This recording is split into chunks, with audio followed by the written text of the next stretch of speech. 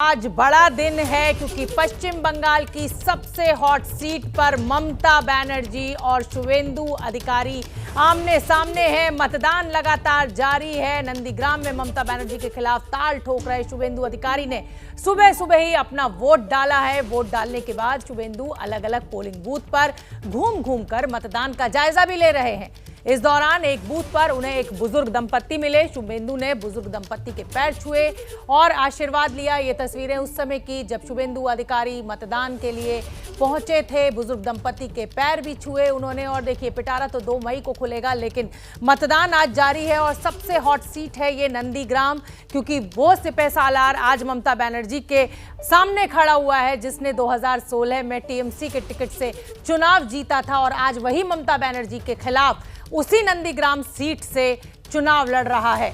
ममता बनर्जी ने अपनी जो पारंपरिक उनकी सीट थी भवानीपुर, उसको छोड़कर सिर्फ नंदीग्राम से चुनाव लड़ने का फैसला लिया और दोनों ही तरफ से चुनौती बढ़ी और कहीं ना कहीं ये नाक की लड़ाई बन गया है। नंदीग्राम में वोट डालने के बाद शुवेंदु अधिकारी ने ममता बनर्जी पर हमला बोला। शुवेंदु अधिकारी ने कहा कि ममता बनर्जी ने प्रधानमंत्री के लिए अमर्यादित भाषा का इस्तेमाल किया। ये किसी महिला को शोभा नहीं देता है, खासकर बंगाल की महिला को तो संयम बरतना चाहिए। ममता बनर्जी तो 66 वर्ष की आंटी हैं, आंटी को थोड़ा शांत रहना चाहिए। सुन लेते हैं क्या कहा। टीएमसी और दीदी को कोई संदेश देना चाहिए? गुंडागर्दी मत कीजिए, थोड़ा शांत रहिए। और पर्सनल अटैक प्रधानमंत्री को फिल्दी लैंग्वेज कहता है। अब बंगाल की मसीहा की नाते थोड़ा संयम बरतना चाहिए। 66 ईयर्स ओल्ड आंटी है, आंटी को थोड़ा शांत रहना चाहिए।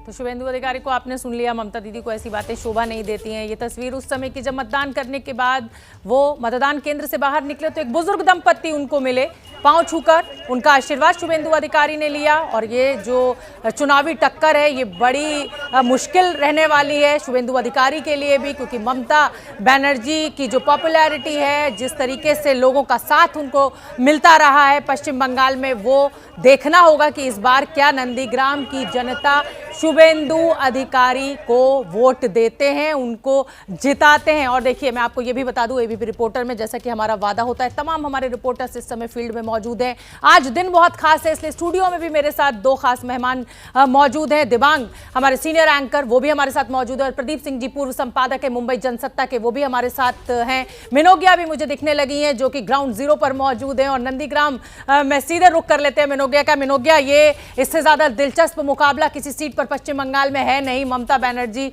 वर्सेस शुवेंदु अधिकारी। क्या खबर आपके पास, कितना मतदान हो चुका है?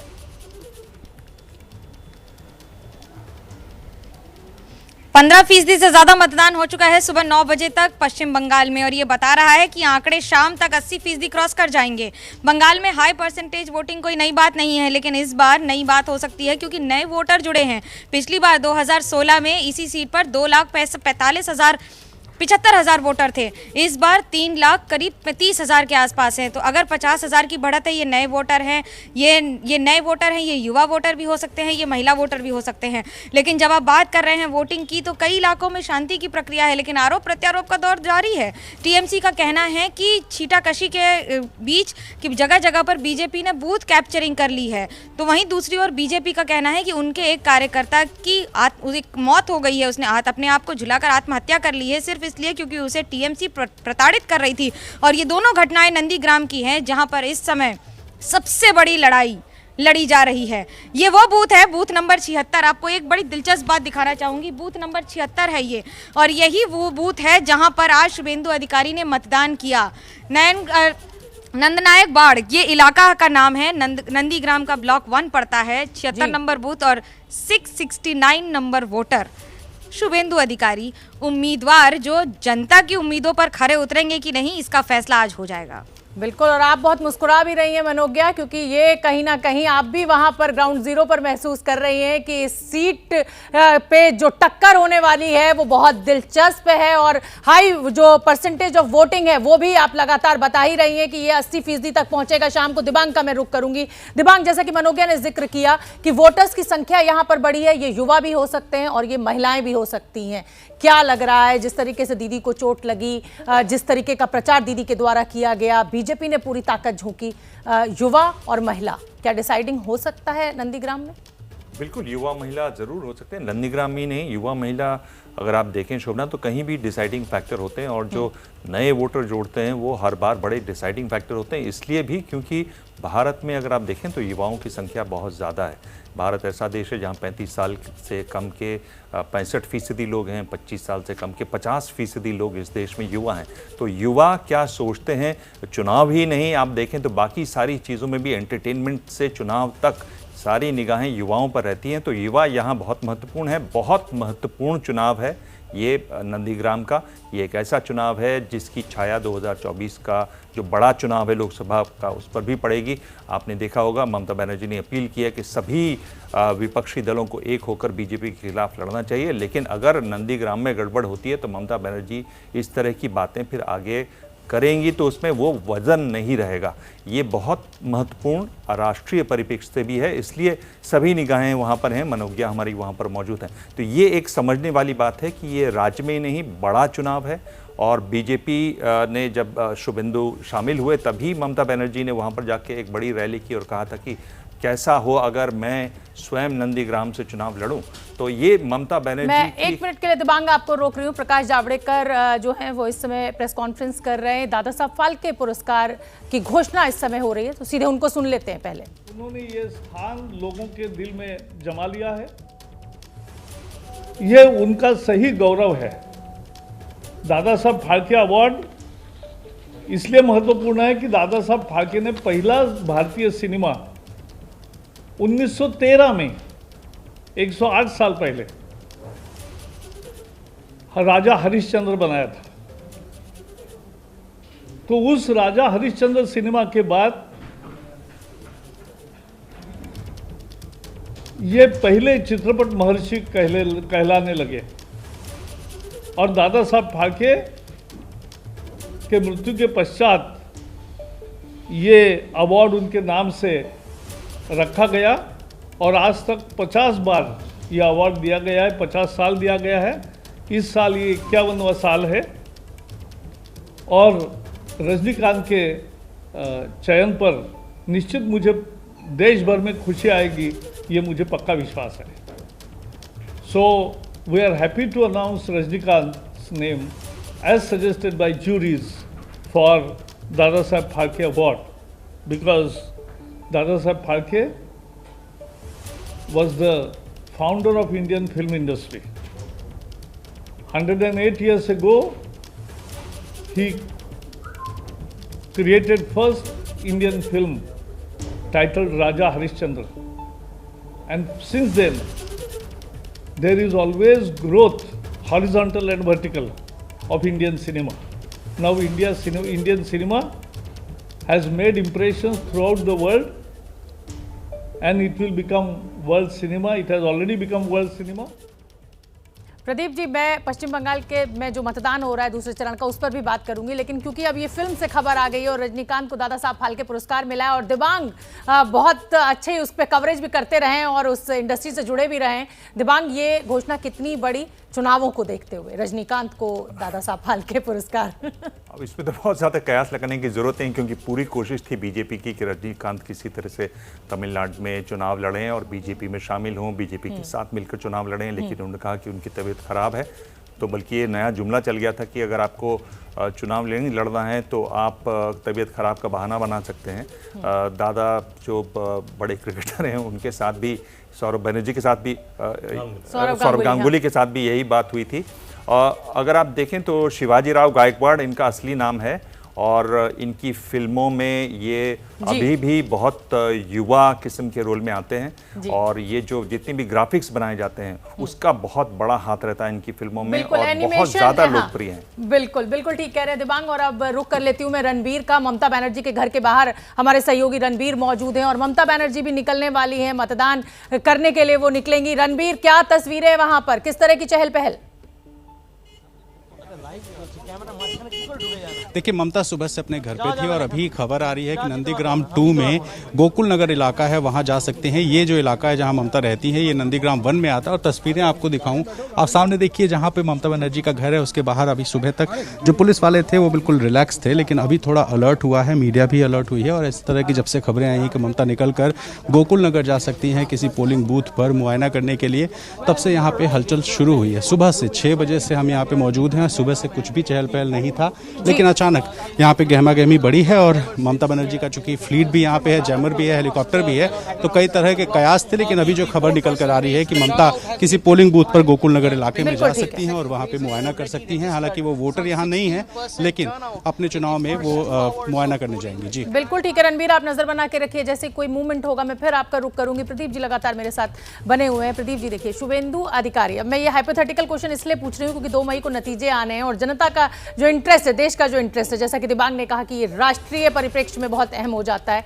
शुवेंदु अधिकारी अगर जीतते हैं तो ममता की बहुत किरकिरी है, लेकिन ममता की हार पर टीएमसी को अगर बहुमत मिलता है तो ममता बनर्जी मुख्यमंत्री होंगी। लेकिन अगर शुवेंदु अधिकारी हारते हैं तो कहीं ना कहीं बीजेपी में जो उनकी जिसे कहा जाए कि जो कद है वो बहुत कम हो जाएगा। सुभाष चंद्र बोस के भतीजे का उदाहरण हमें नहीं भूलना चाहिए। बीजेपी से लोकसभा में वो चुनाव लड़े थे, लेकिन हारने के बाद आज वो कहीं भी नहीं है, चुनाव प्रचार में भी नहीं दिख रहे। नहीं, देखिए, आपने शुरू में ही कह दिया कि हाइपोथेटिकल सवाल है जी। तो क्या होगा, मतलब हारेंगे कि जीतेंगे इस पर निर्भर करेगा। हाँ। लेकिन मुझे लगता नहीं कि जो सुभाष चंद्र बोस के भतीजे का हाल हुआ वही शुवेंदु अधिकारी का भी हो, ये ज़रूरी नहीं है। तो इसलिए हार जीत, देखिए, ये बड़ी हाई प्रोफाइल लड़ाई है। मुख्यमंत्री ममता बनर्जी के खिलाफ लड़ रहे हैं शुवेंदु अधिकारी। आमतौर पर माना जाता है कि मुख्यमंत्री या प्रधानमंत्री के खिलाफ आप लड़ रहे हैं, हारना लगभग तय है। ऐसे में अगर आप लड़ाई को बहुत नज़दीक ले जाते हैं, क्लोज कंटेस्ट होता है, बहुत कम मार्जिन से अगर ममता बनर्जी मान लीजिए जीतती हैं तो शुवेंदु अधिकारी का महत्व कम नहीं होगा। उनका जो जनाधार है, उनके साथ जो लोग हैं, उसका असर कम नहीं होगा। बीजेपी में उनकी भूमिका कम नहीं होगी, मतलब वो हाशिए पे नहीं ढकेले जाएंगे, ऐसा मुझे लगता है। क्या होगा ये तो पार्टी जाने, लेकिन मतलब ऐसा होना नहीं चाहिए। लेकिन एक बात यह है कि देखिए, 2008 में यहाँ नंदीग्राम से ममता बनर्जी ने सत्ता का सफर राजनीति का शुरू किया था। आज लौटकर वो फिर नंदीग्राम आई हैं इतने साल बाद, 12-13 साल बाद। और नंदीग्राम तय करेगा कि ममता बनर्जी सत्ता में रहेंगी या सत्ता से बाहर जाएंगी। तो ये कुल मिलाकर लड़ाई पूरे पश्चिम बंगाल की। लेकिन सवाल प्रदीप जी ये भी इस समय जरूर पैदा होगा कि 2016 में जिस समय शुवेंदु अधिकारी सीट से जीते थे और एक बड़े मार्जिन के साथ जीते थे, वो वोट टीएमसी को पड़ा था या वो शुवेंदु अधिकारी को पड़ा था? क्योंकि नंदीग्राम का जो आंदोलन है वो ममता बनर्जी और शुवेंदु अधिकारी ने मिलकर लड़ा था, साथ थे उस समय। ये बहुत समझना जरूरी होगा कि ये वोट जो 2016 में पड़ा था वो टीएमसी को पड़ा था या शुवेंदु अधिकारी को पड़ा था, और उसी से क्या निर्णायक होगी लड़ाई आगे के लिए? नहीं, देखिए, इसमें कोई शक नहीं होना चाहिए कि जो 16 में वोट पड़ा वो ममता बनर्जी का वोट था। शुवेंदु अधिकारी चूंकि वहाँ जो नंदीग्राम का संग्राम था उसमें शामिल थे, सिपह सालार थे ममता बनर्जी के, तो उनका भी एक जनाधार है। लेकिन ज्यादा वोट जो है उनकी जीत ममता बनर्जी के उम्मीदवार थे इसलिए हुई, टीएमसी के उम्मीदवार थे इसलिए हुई। दिबांग, यही सवाल मेरा आपसे भी है। 2016 का जो वोट था वो, जैसा कि प्रदीप जी कह रहे हैं, वो ममता बनर्जी को पड़ा था, तो अब 2021 में क्या वो वोट एक बार फिर ममता बनर्जी को ही पड़ेगा? जी, इसी बात की लड़ाई है। देखिए, पहला जो पूरा आंदोलन हुआ, जिस तरह से आंदोलन खड़ा हुआ, जिस तरह से आंदोलन का ममता बनर्जी को लाभ हुआ, वो सब टीएमसी के खाते में गया। ममता बनर्जी को उसकी वजह से वोट मिले। और जब भी इस तरह के आंदोलन होते हैं तो बड़े नेता किसी को चुन लेते हैं, जो स्थानीय नेता होते हैं, जो पूरी व्यवस्था करते हैं। हम नेता दर नेता देखते हैं कि बड़े नेता इसी तरह से करते हैं। अब सवाल है कि क्या ये वोट शिफ्ट होगा, और ऐसी हालत में जब शुवेंदु के जो परिवार है वो भी वहां पर काफी सक्रिय है, सांसद है वहां, और क्या ये उनको शिफ्ट होगा, ये 2 तारीख को पता चलेगा शोभना, अभी ये कहना और मुश्किल है। बिल्कुल दिवांग, और इसीलिए शायद इसको हॉट सीट कहा जा रहा है। जी, लेकिन एक बात ये समझने वाली है कि शुवेंदु दावा कर रहे हैं कि 50,000 वोटों से वो जीतेंगे। ममता बनर्जी की इस बड़ी ये जो चाल है, इससे कहीं ना कहीं शुवेंदु जो जब शामिल हुए थे लग रहा था कि वो बहुत प्रदेश भर में प्रचार करेंगे, पर पहले 2 राउंड में वो वहाँ सिमट कर रह गए हैं। इसको टीएमसी के जो स्ट्रैटेजिस्ट हैं वो बड़ी जीत मानते हैं कि हमने शुवेंदु को उनको सिर्फ नंदीग्राम में रोक दिया। बिल्कुल, तो ये परत दर परत है दावा जो है वो ममता बनर्जी के लिए भी है कि बाकी सारी सीटों को छोड़कर उनका भी सबसे ज्यादा ध्यान नंदीग्राम सीट पे ही था। पश्चिम बंगाल की जो सीटों पर मतदान चल रहा है उस पर भी हमारी नजर बनी हुई है। 30 सीटों पर यह मतदान चल रहा है और असम के 13 जिलों की 39 सीटों पर भी वोटिंग जारी है। आज असम सरकार में मंत्री पीयूष हजारिका की किस्मत भी इस चरण में दांव पर है। पीयूष मोरीगांव जिले की जागीरोड विधानसभा सीट से मैदान में है। पीयूष से खास बातचीत की हमारी सहयोगी प्रतिमा मिश्रा ने, सुन लेते हैं क्या कुछ कहना है पीयूष का। तो असम सरकार में मंत्री पीयूष हजारिका की किस्मत आज दांव पे लगी हुई है। आज आपकी विधानसभा में जहां से आप उम्मीदवार हैं वहां पर भी वोट डाले जा रहे हैं। किस तरीके का उत्साह आप देख रहे हैं, क्योंकि पिछले 5 साल बीजेपी को मिले, इस साल आपको लग रहा है सरकार रिपीट कर पाएगी? डेफिनेटली असम का लोग बीजेपी को वोट देगा। पहला चरण का चुनाव में मेरे हिसाब से हम लोगों को 47 सीट्स में चुनाव हुआ था, उसमें से 37-38 सीट हम लोगों को मिलेगा। लोग मोदी जी को वोट देगा, मोदी जी को पसंद करता है। असम का आइडेंटिटी के लिए असम में थोड़ा अलग राजनीति है, मुद्दा बहुत गंभीर है, असम को बचाना है। बदरुद्दीन अजमल और उनका समर्थक, उन लोगों से असम को बचाना है। मैं यही आपसे सवाल पूछने वाली थी कि इस बार तो इन कांग्रेस के साथ एआईडीएफ का अलायंस हो गया, ऐसे में क्या कोई नुकसान होता हुआ आपको दिख रहा है? सबसे बड़ा सवाल, क्योंकि सीएए उसको मुद्दा बनाकर पूरी तरीके से राजनीति हो रही है और कहा जा रहा है कि वही बीजेपी को नुकसान पहुंचाएगा, क्योंकि असम की लड़ाई हमेशा इसकी पहचान को लेकर रही। देखिए, जो पहला चरण का चुनाव था हम पूरा क्लोजली देख रहा था। अपर असम में एक भी मीटिंग में, कांग्रेस का एक भी मीटिंग में जहां असमिया इलाका है, असम का जो बेसिकली असमिया लोग रहता है, तो उसमें एक भी सीटों में कांग्रेस का एक मीटिंग में असम का नेता का 2000-3000 लोग भी नहीं हुआ। इस इलेक्शन में वो तस्वीर हम लोग देखा नहीं, क्योंकि असमिया लोग कांग्रेस को अभी पसंद नहीं करता है। यदि भगवान आशीर्वाद देगा, लोगों का आशीर्वाद रहेगा, कम से कम 50,000 वोटों में हम इस चुनाव में जीतेगा। पत्नी और असमीज फिल्मों की बड़ी कलाकार हमारे साथ मौजूद है आयमी। बहुत खूबसूरत लग रही हैं पहले तो आप, और मैंने देखा कि आप सुबह सुबह मंदिर पहुंची हैं, क्या मांगा भगवान से? भगवान से यही मांगा, पहले तो चाहती हूँ कि असम की हर जगह शांति और जो उन्नति, जो प्रगति हो रहा है पिछले 5 सालों से, वो कायम रहे। और जिस मुद्दे को लेके ये मेरे पति हो, ये भारतीय जनता पार्टी आगे बढ़ रहा है, उसका मैं भी समर्थक हूँ। तो मैं चाहती हूँ कि इन लोगों का ये प्रगति ऐसे ही रहे। पहले आपको अब हम दक्षिण भारत की ओर भी लिए चलते हैं, जहां आज बीजेपी चुनाव प्रचार में जोर शोर से लगी हुई है। पुदुचेरी पहुंचे हुए हैं गृहमंत्री अमित शाह। अमित शाह ने प्रचार से पहले पुदुचेरी के कुरुवादी कुप्पम में श्री सिद्धांत मंदिर में पूजा अर्चना की। ये तस्वीरें उसी समय की जब गृहमंत्री पहुंचे हुए थे पुदुचेरी के इस मंदिर में, पूजा अर्चना करते हुए नजर आ रहे हैं आपको। और राजनीति में चुनाव से पहले इस संकेत की बहुत अहमियत होती है। हालांकि ममता बनर्जी वहां पश्चिम बंगाल में मंदिर पहुंच रही हैं। नंदीग्राम में चुनाव प्रचार के दौरान वो कई मंदिरों में गई। खुद गृह मंत्री अमित शाह पहुंचे। कल राहुल गांधी असम के कामाख्या मंदिर में पहुंचे। तो चुनाव से पहले नेताओं का मंदिर पहुंचने का ये जो सिलसिला है, कहीं ना कहीं बहुत कुछ दर्शाता है।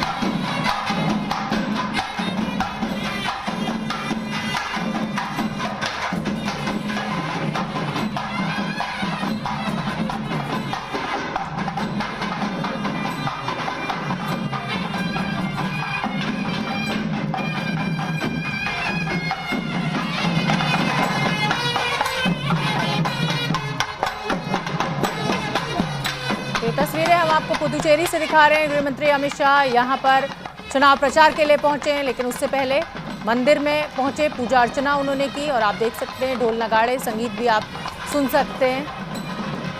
और दिबांग भी हमारे साथ लगातार बने हुए हैं। दिबांग, हम पश्चिम बंगाल के नंदीग्राम सीट की बात कर रहे हैं। तमाम पश्चिम बंगाल के जो मतदान आज दूसरे चरण का हो रहा है उस पर भी हमारी नज़र बनी हुई है। असम में भी मतदान चल रहा है। इस बीच गृह मंत्री पुदुचेरी पहुंच गए और मुझे लगता है पुदुचेरी सुरक्षित है, यहाँ से बीजेपी की जीत तय है, क्योंकि कांग्रेस में जो टूट हुई है एन चुनावों से पहले वो अहमियत रखती है।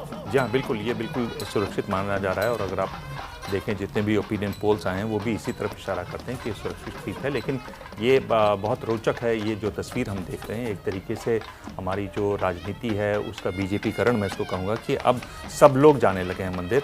यानी पहले इतने खुल्लम खुल्ला और इतने मंदिरों को ढूंढ ढूंढ के नहीं निकाला जाता था, लेकिन अब किसी भी पार्टी के नेता को देख लीजिए, वो मंदिर जाते हुए आपको दिखाई देंगे। और ये एक नए किस्म की राजनीति है। मैं देख रहा हूँ कवरेज में भी नई किस्म की कवरेज है।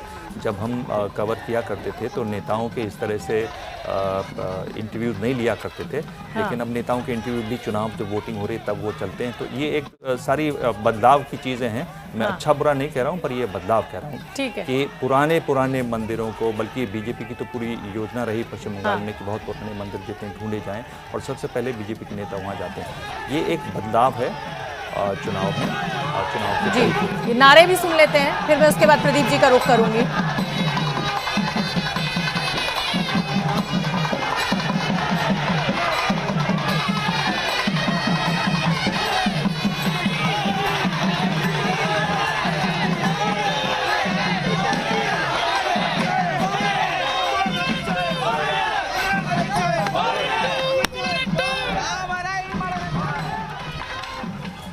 प्रदीप जी, जैसा कि दिबांग ने कहा कि राजनीति का मंदिरीकरण हो चुका है और कहीं ना कहीं मैं भी इससे सहमत हूं कि हर पार्टी का नेता मंदिर पहुंच रहा है। ये तस्वीरें हमें कुछ साल पहले नहीं मिलती थी इस तरह एन चुनाव से पहले। ये नयापन है राजनीति का, चुनावों का।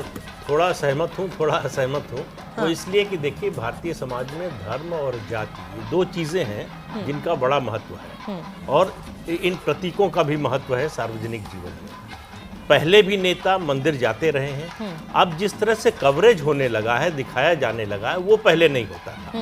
पहले टीवी नहीं था, जब टीवी आया तो इस तरह से कवरेज दिखाया नहीं जाता था। एक भले ही मेंशन कर दिया जाए कि वहाँ मंदिर में दर्शन करने के लिए गए थे, इस तरह से लाइव तस्वीरें, ये एक परिवर्तन है। बीजेपी अपने एजेंडे पर बाकी पार्टियों को ले आई है। बीजेपी के नेता पहले भी जाते रहे हैं, अब दूसरी पार्टियों के भी नेता जाने लगे। या ये कहिए पश्चिम बंगाल में हम जो देख रहे हैं प्रदीप जी, अब हम उस चश्मे से देखने लगे हैं, क्योंकि ऐसा नहीं है कि सिर्फ बीजेपी के नेता ही मंदिर जाते हैं। मंदिर तो पहले दूसरी पार्टियों के नेता भी जाते रहे होंगे, पूजा अर्चना वो भी करते रहे होंगे। तो जो कवरेज का फॉर्मूला आप बात कर रहे हैं, जितना वो बीजेपी पे एप्लीकेबल है उतना ही दूसरी पार्टियों पे भी है। तो कहीं ना कहीं शायद मैं आपसे इस बात पर सहमत नहीं हूं कि अब बीजेपी की पिच पर आकर दूसरी पार्टियों के नेता भी खेलने लगे हैं। हाँ, क्योंकि अब ये कवरेज होने लगी है, लाइव कवरेज।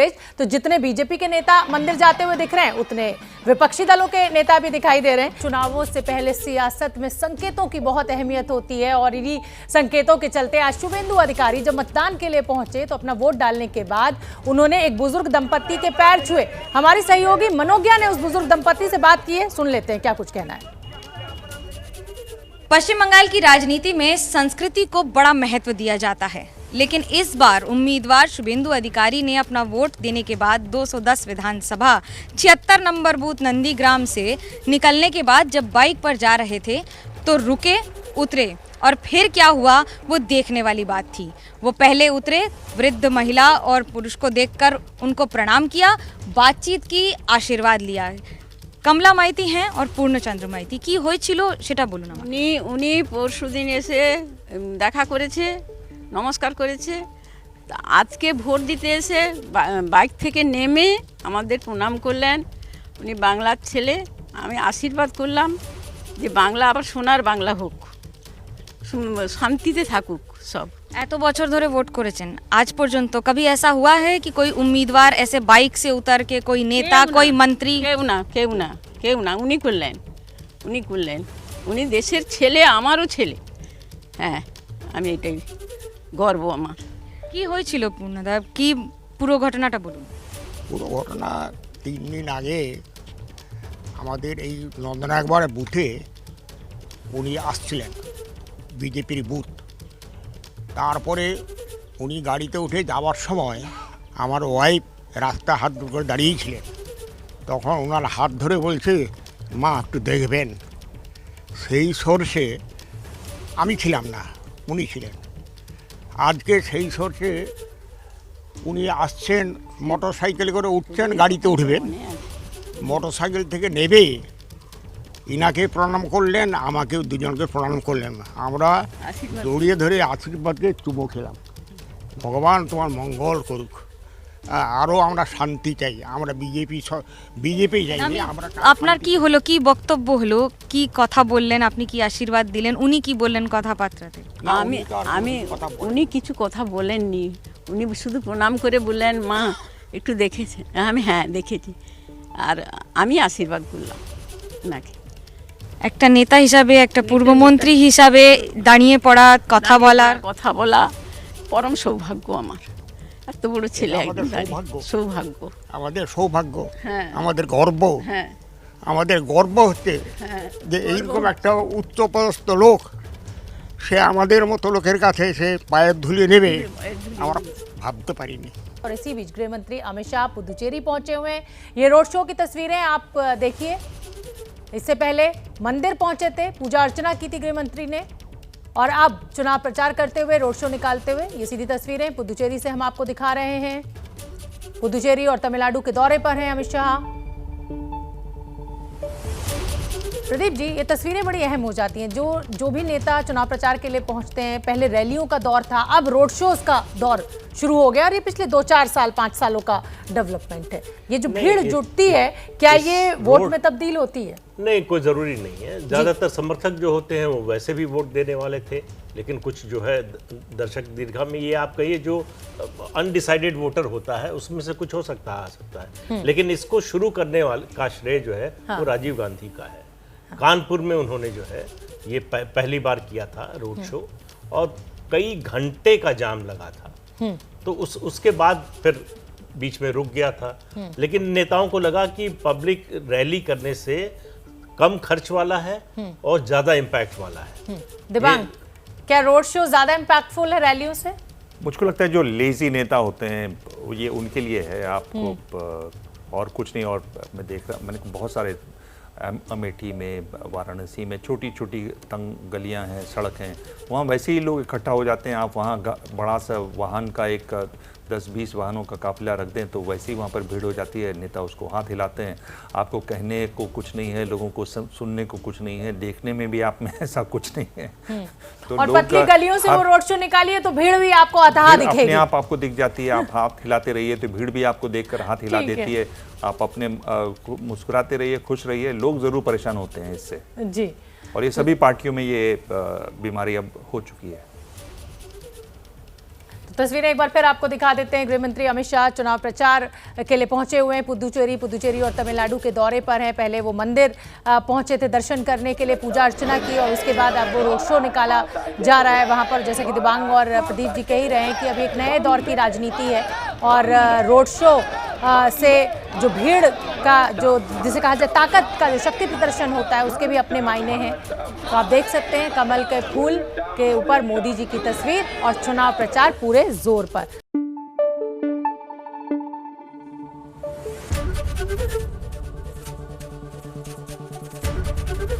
एबीपी न्यूज आपको रखे आगे।